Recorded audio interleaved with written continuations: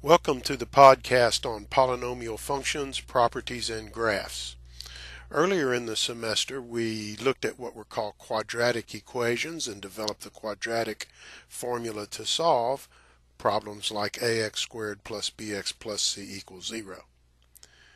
The part ax squared plus bx plus c we call a quadratic polynomial. In the last section, we changed the equals 0 to equals y, or equals f of x. And we got something called a quadratic function instead of a quadratic equation. And a quadratic function was f of x, or y, is equal to ax squared plus bx plus c. Again, this part is called a quadratic polynomial.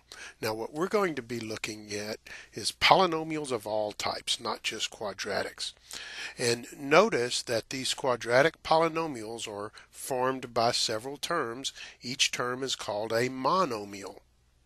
And what separates a monomial from a regular term is a monomial is a term in which the power of x, or whatever variable you're using, is a non-negative integer. So in this one, this power of x was 2, that's a non-negative integer. This power of x was 1 understood, we didn't write it but it's there. And we could, on this end, add x to the 0, because x to the 0 is 1 and c is c times 1, and that again would be a non-negative integer exponent. So let's take a look at some terms that are monomials. The first one, 4x cubed, the power of 4 is 1, but that doesn't matter. To be a monomial, you look at the power of x, and the power of x is 3. That's a non-negative integer, so this is called a monomial. And all polynomial means is you're stringing monomials together. In the second one, the 4 has an exponent which is not a non-negative integer. However, again, we don't care about the 4. To be a monomial, we only care about the power of x. The power of x is a non-negative integer, so number 2 is also a monomial. Now, monomials can be as simple as just a single number, because even a number 6 is the same as 6 times x to the 0, and I've kind of made that a ghost because we don't really show it, but x to the 0 is just 1, and 6 is 6 times 1, so we can think of x to the 0 being right here, and again 0 is a non-negative integer, so 6 is a monomial. Now in the second row here, I've shown you some non-monomials. The first one is not a monomial because the power of x is a half, and a half isn't an integer. The second one is not a monomial because the power of x is negative 2, so it's not non-negative. It is an integer, but to be a monomial, it has to be a non-negative integer. Now the third one looks like it would qualify. The power of x is 2. So you would say, well, that's a non-negative integer, but here's the problem. The third one is the same as the second one. When the x is moved to the top, that would be 4x to the negative 2 again, and we'd have to throw that out because of the negative exponent. So your x has to be on the top with a non-negative integer exponent. This one also is not a monomial. Now the next thing I want to talk to you about is the degree of a polynomial. So I've given you two examples here. First is a 3-term polynomial. Its powers of x are listed in descending order. Biggest power of x first, next power of x second, x to the 0 last, smallest power of x. And in this case, the power of the lead coefficient, x to the 5th, tells us that the degree of this polynomial is 5. In this case, it is the lead coefficient, but it's not because it was in the lead. It's because 5 was the biggest coefficient of any monomial. First monomial degree 5, second one degree 3, third degree 0, so the degree of that polynomial was degree 5. Now in the second example, I've given you a polynomial function. The polynomial part is this part here. And what's the degree of that polynomial? Well, it's not the degree of the first term because in this case I haven't listed them in descending orders. The biggest power on a polynomial is the power 4, so we would say this polynomial has degree 4. So the degree of a polynomial is going to be the degree of its highest degree monomial. Now let's take a look at some properties of these polynomial functions when you go to graph them. And the first problem I want to say is these are very well behaved. When you graph a polynomial function, it's going to be a smooth graph and a continuous graph. So take a look here. I've graphed the polynomial function, which I did with my calculator, y equals f of x, which is 1/2 x cubed minus 2x squared plus 2. Notice it is smooth, there are no sharp corners, and it is continuous, there are no breaks. The degree of this polynomial is 3 because that's the degree of its highest degree monomial.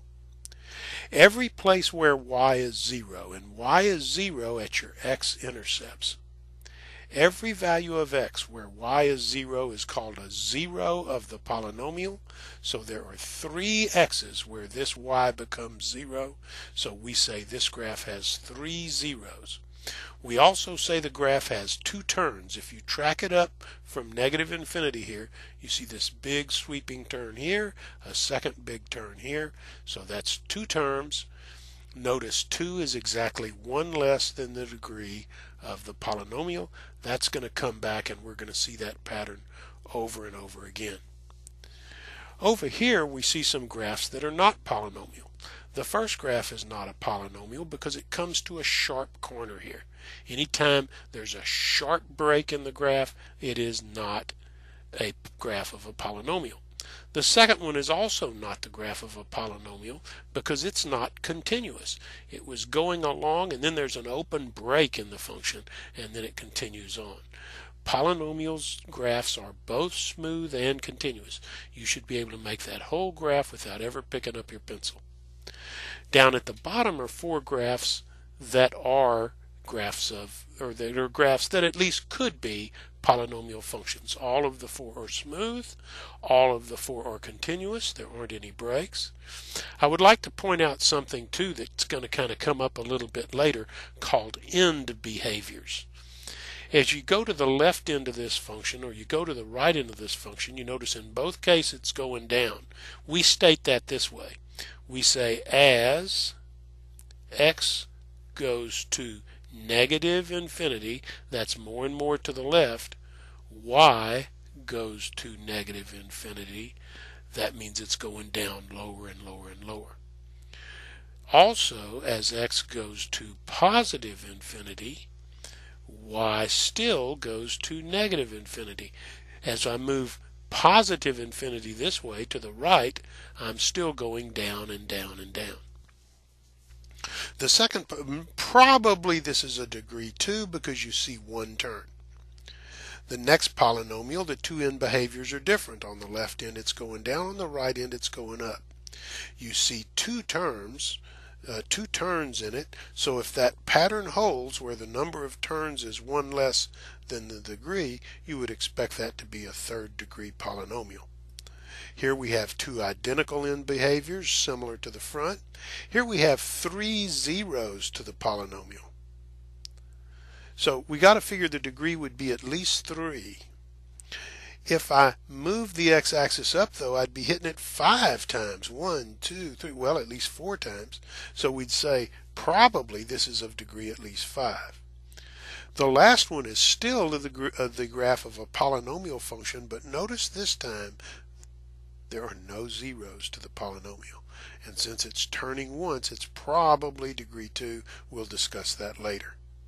Let's move on. Up here in the upper right, I've made another graph. This is a very simple polynomial. It's just got 2 terms, or this is a polynomial function, y equals 1/2 x. Since it's a function, we can graph it, and I've put its graph right here. Notice that it has 1 0. There's exactly 1 spot on this curve where y is 0. Y is not 0 here. It's a 0 at a value of x where y is 0. So this curve has 1 0, and the biggest power of x is 1. And this has no turns. Again, that would be 1 less than the power of x. So there's 2 little assumptions we're going to make, although this is woefully inadequate evidence, but we're going to look at more examples. We're going to say the number of zeros is always less than or equal to the degree of the polynomial. So if a polynomial is of degree 4, we're expecting no more than 4 zeros.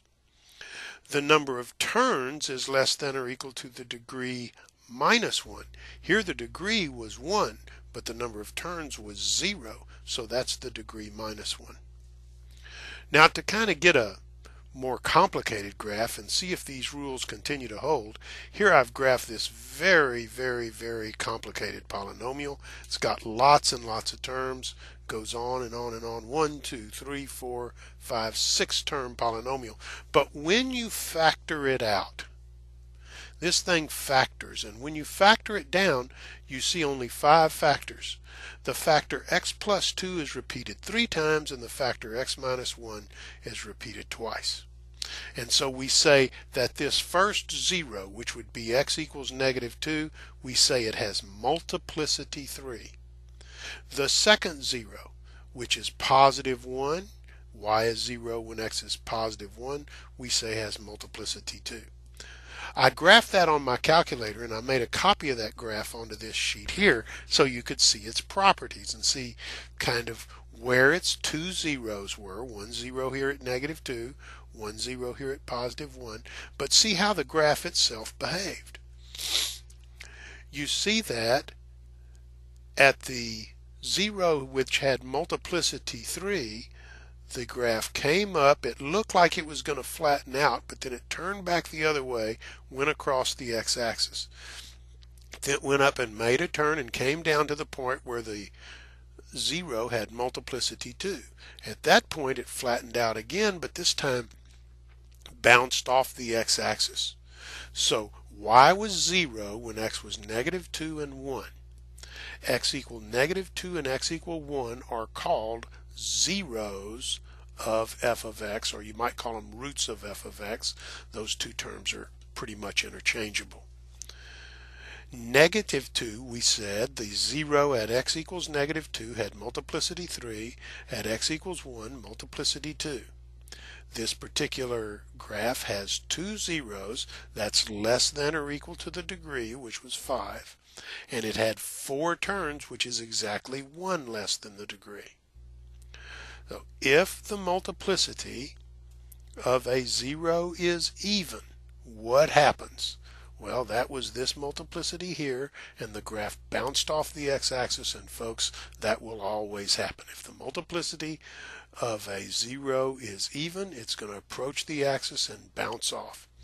If the multiplicity of a 0 is odd, it's going to flatten as you approach, at least if it's odd and greater than 1. Now if it's an odd number, if a 0 just occurs one time, it's not going to flatten. But if it's odd and it's greater than 1, it's going to kind of flatten as it comes to the axis, then it's going to turn back the other way and it will always cross the axis. So you can tell whether graphs bounce off or whether they cross by whether the multiplicities of zeros are even or odd.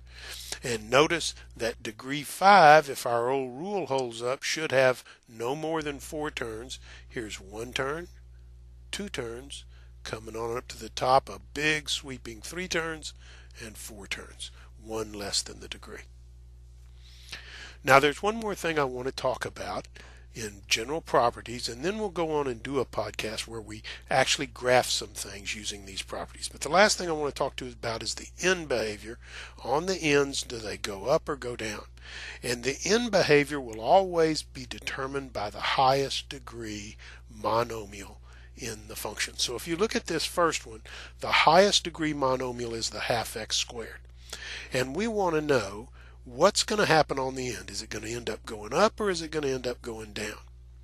So as we move this way, we're saying that x is going to negative infinity, because coming out this way, that's leading us to negative infinity.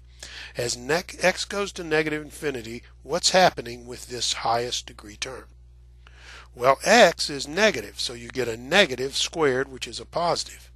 That's multiplied by a half, which is positive, and positive times positive gives you positive, so it's going to go to positive infinity. It's always going to go to infinity. It's just a matter whether it's positive or whether it's negative. So as x is going to negative infinity, our y is going to positive infinity. Take a look at the right-hand end behavior. Here x is going to positive infinity. What's happening to y? Well, y is 1/2 then times a positive squared. When you square a positive, you get a positive. When you multiply a positive by a positive, you get a positive. So again, y is going to positive infinity. And we could completely tell the end behaviors just by analyzing that highest degree term. In the next one, the highest degree term is the cubic term. And again, we ask ourselves, what will the end behavior be? First off, though, notice some things. The degree is 3, and I have exactly 3 zeros. Over here, the degree was 2, but I had no zeros. The graph never touched. You can have as many zeros as the power, but you don't have to. Here the power was 2, number of zeros was 0. Here's the power of 3, number of zeros is 3, so it equaled the power. The number of turns has to be 1 less than that. Notice there's a big sweeping term here, a big sweeping term here, 2 turns for degree 3. Now what about the end behavior? What happens as x is going this way to negative infinity? What's happening to my end behavior? Well, as x goes to negative infinity, I have, since x is going to negative infinity, x is negative, so this term is giving me a negative cubed, which is negative. I'm multiplying it by a positive, so I get a negative. So as x goes to negative infinity, y goes to negative infinity. Go to the other end, and what you're going to see is that the opposite happens.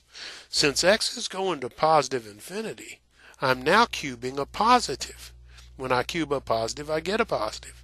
When I multiply that by a positive, it's a positive. So y will be going to positive infinity. And that's showing here. Now notice, when the power of x was even, the two end behaviors were the same. But when the power of x was odd, the two end behaviors were opposite.